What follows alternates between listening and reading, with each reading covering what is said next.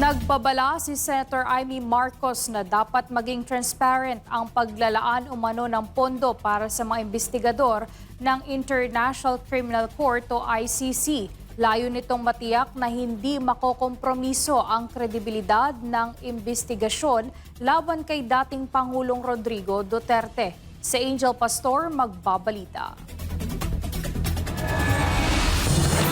Sa gitna ng umiinit na issue sa confirmation of charges hearing ng ICC laban kay dating Pangulong Rodrigo Duterte, iginiit ni Senator Amy Marcos na dapat busisiin ang pinagmumulan ng pondo ng proseso. Ito'y matapos lumabas ang mga ulat tungkol sa umano'y pagpopondo sa mga ICC investigators na nagtungo sa bansa.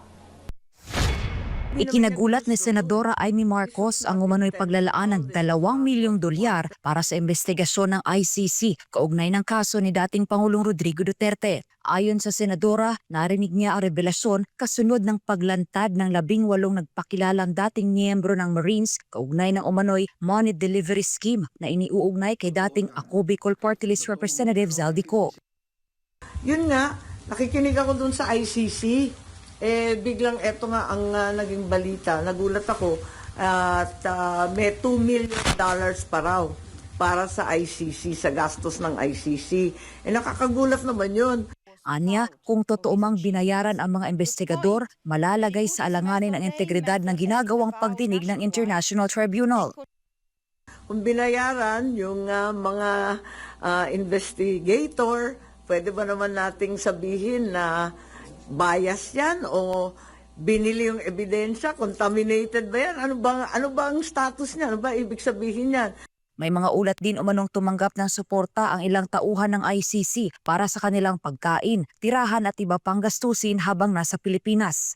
Samantala, inamin ni Senator Amy Marcos na wala siyang ideya kung sino ang magiging running mate ni VP Sara Duterte sa 2028. Anya, ang tanging balita niya ay posibleng hindi na kumuha ng Vice Presidente ang kampo ni VP Sara.